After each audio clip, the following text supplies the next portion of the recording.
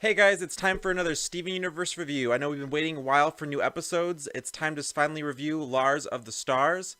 Before I get started, I wanted to say that I hoped to get this out a little bit sooner, so I apologize. But I had a really great surprise birthday party thrown for me last night by some of my friends, and it was a lot of fun. I was totally surprised. One of the gifts that I actually got was The Art of Steven Universe, the book with all the different early concept art and current concept art from the show and a lot of other really great gifts. I actually got this hoodie, so I'm really excited. And this is Nick's Nerd Network, and I'm Nick.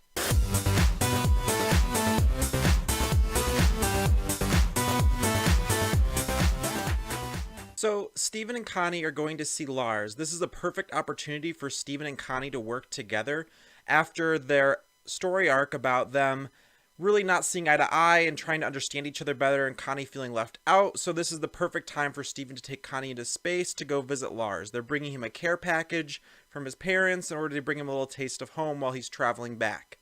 They're not really expecting much out of Lars. They're expecting that he's probably still in homeworld trying to find his way off.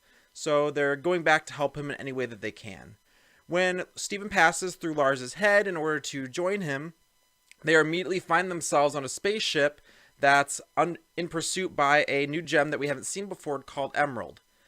Emerald's trying to catch them. They find out that Lars has recently stolen her best ship, and she's trying to get it back from them. I really love this scene because it's this really sci-fi spoofy way of reintroducing the characters that we already know, all the off-color gems and Lars, and it's really funny and campy, and I love it a lot. It really just kind of throws a throwback to those older space shows that everyone used to watch. And also any Pad Paracha FaceTime, I'm totally down for because I love her a lot and she's so fun. So we start talking to Lars as he's escaping from Emerald. They start telling Lars about how things are going back home, and they give him his care package, and he really starts to feel nostalgic for home. You can tell he's been putting up a tough front so far, but he's really starting to miss home and feel nostalgic. He asks about Sadie, and Steven starts showing him pictures about how Sadie's now part of a band. She's doing really well. And we've been seeing this really strong, new, independent Lars, but with this, we immediately see Lars start to sink back into his old ways. We see a little bit of the old Lars, where he's starting to be a little bit more selfishly thinking. He's thinking, well, how can she be having fun without me? That's not fair. I should be hanging out with the cool kids. How can Sadie be okay? He's heartbroken because he sees life's moving on without him, because he didn't see all the pain that they were all going through. Emerald then catches up to them. Lars is still in his funk of feeling sorry for himself. Emerald's targeting their spaceship, and they're trying to break Lars out of it. They're trying to wake him up, and all the off-colors are starting to fall apart without Lars's leadership, because they've been explaining this whole time how Lars has been putting himself first and helping them escape from homeworld. He was able to be the person who snuck past all the sensors because they couldn't sense him because he wasn't a gem. And without him, they're lost. They don't know what to do. They need him. He binds them together. And so Steven and Connie are trying to snap Lars out of it, snap him out of his funk. And they explain, you can't think this way. Sadie's not doing this to hurt you, just like you're not here trying to hurt her. Life moves on. She was really upset. She was really sad, but she can't be sad forever. She's trying to make herself feel better by hanging out with other people and pursuing other hobbies. So Lars snaps out of it. He then starts putting them into evasive maneuvers. They get cornered by Emerald, and Steven and Connie are still giving him a bit of a pep talk, saying that you can't be upset. You care about each other so much because you're best friends. And they fuse together. They become Stevani, and she's now another new member of their crew. Emerald shows up on the screen. She starts telling them that she's going to blow up the ship. She's going to take them all out. She finally has them cornered. Now that Lars has his confidence back, he's getting snarky with her again, and he's saying how, you know what? I don't believe you're going to blow us up.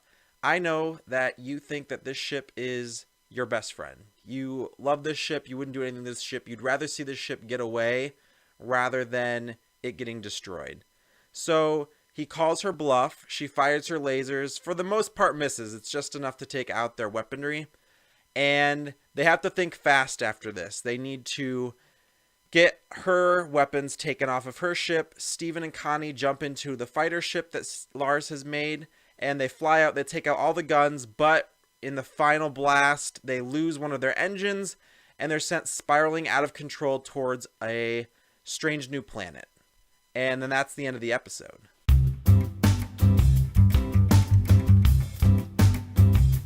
Now, there's so much to talk about this episode. So, first of all, when I first watched this episode, I've watched it twice now. When I first watched it, I thought it was a little bit lackluster.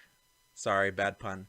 But when I first watched it, I really didn't think there was a lot of new information to come from this episode because it was leaked at a Comic-Con previously. We saw the first 3 minutes of the episode, and it didn't feel like we got that much more information out of it after that point. We saw the most crucial parts. But the second time through watching it while I was making my notes for this episode, I realized that there was a lot to read into with this episode. So, first of all, Lars is kind of teetering back and forth. He's been alone with his crew, the Off-Colors, for so long. He's developed into this confident leader who they can't live without. He binds them together and he leads them to do great things. But as soon as Steven and Connie, people from his past life, come back onto the ship, he kind of reverts a little bit back to his old self from when he was back in Beach City. They start talking about Sadie. He kind of starts to fall into his funk and starts to feel selfish and feeling self-pity. And I think we can all relate to that. It's really tough. It's kind of like when you are hanging out with your college friends or friends of one type of group, and then another group of your friends mix in with that group, and you act like a different person. You kind of adapt to the different groups differently. You have a different niche in each group.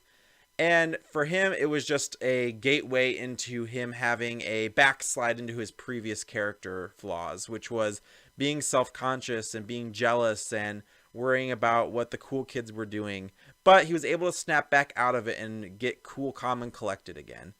The other thing I really liked about Lars's character is he seems to have such a rapport with not only his crew, but with his enemy. I mean, him and Emerald, they seem as though they've been enemies for years and years. It's like almost as if Steven and Connie fell into season 3 of a TV show, Lars with the Stars. And he has his own catchphrases, and they have their own banter back and forth. They have a history.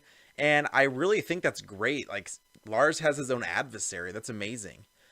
Another thing I wanted to talk about is Emerald. So we didn't really learn a ton about Emerald as a gem, and we only really got to see her face. But one thing I want to talk about is with Emerald, it's a mash-up of my two favorite universes. So there's Steven Universe, and then there's RuPaul's Drag Race.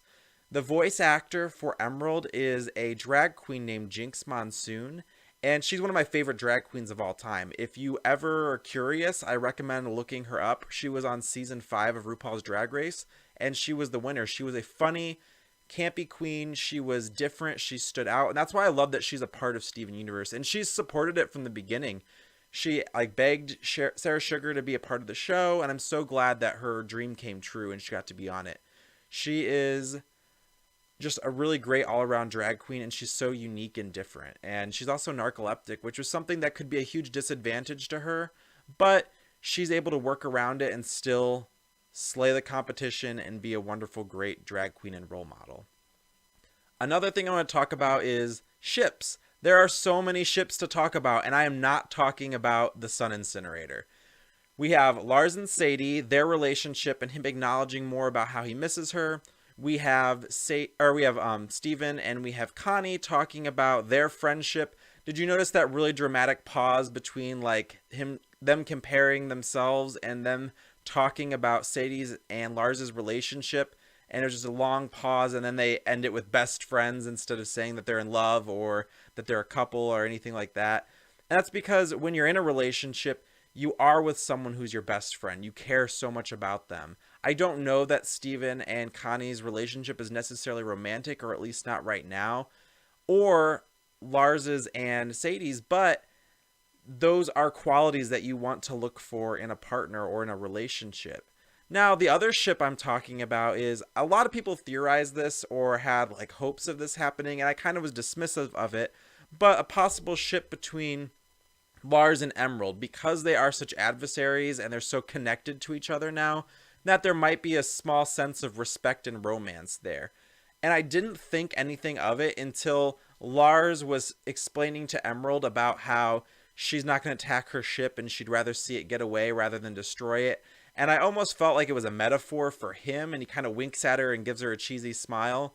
So maybe there is something there. Maybe there is a potential flirtatious vibe between Emerald and Lars that might develop. And if what people have theorized is that Lars is going to want to continue being a space pirate, then that might be a romance or a kind of back and forth, tat for tat kind of thing. But we'll see. I don't want to look too much into it or theorize too much about that, but it seemed like there might be some sort of spark there now that we've seen more of the episode.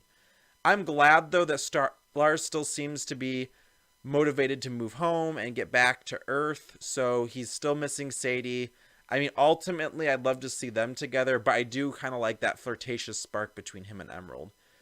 I could really talk about this episode all day, but I'm going to have to end the episode here, guys. So I'd love to hear what you guys have to think in the comment sections down below. Have a great day. This is Nick signing off. If you like this episode of Nick's Nerd Network, please like and subscribe. If you have different opinions or would like to share some of your ideas, please share these in the comment section below. Please keep it constructive and friendly. Thanks so much for watching and have a wonderful day.